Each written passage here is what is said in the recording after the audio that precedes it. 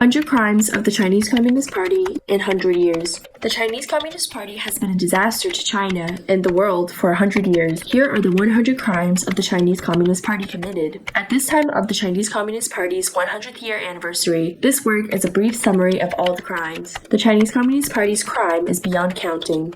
Listed here is just one in millions. We can only hope that the Chinese Communist Party goes to hell and leave the world in a clear and decent situation.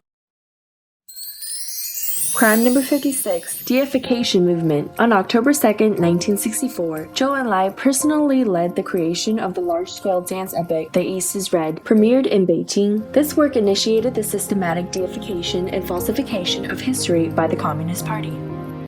Crime number 57, Hatred Education. In 1965, the Communist Party forged a clay statue of landlord Liu Wencai's work collecting rent in the courtyard. Since then, the Communist Party forged four major evils, Huang Shiren, Zhou Bapi, Nan Batian, and Liu Wencai, to conduct hatred education on the public.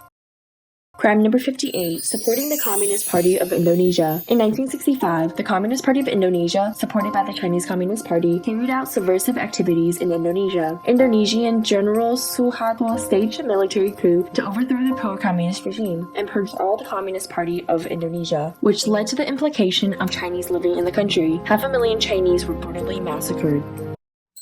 Crime number 59, Chaos of the Cultural Revolution. On May 16, 1996, Mao Zedong started the 10-year Cultural Revolution. This is the largest and most profound social unrest in Chinese history, known as 10 Years of Turmoil, which devastated Chinese culture, morals, ethics, and people's minds. The level of totalitarian dictatorship of the party reached its pinnacle in history around this time. The national economy was on the edge of collapse. Although the Cultural Revolution began with internal conflict within the party, it affected almost the entire national population. Official statistics estimates upwards of 20 million unnatural deaths as a result of the Cultural Revolution.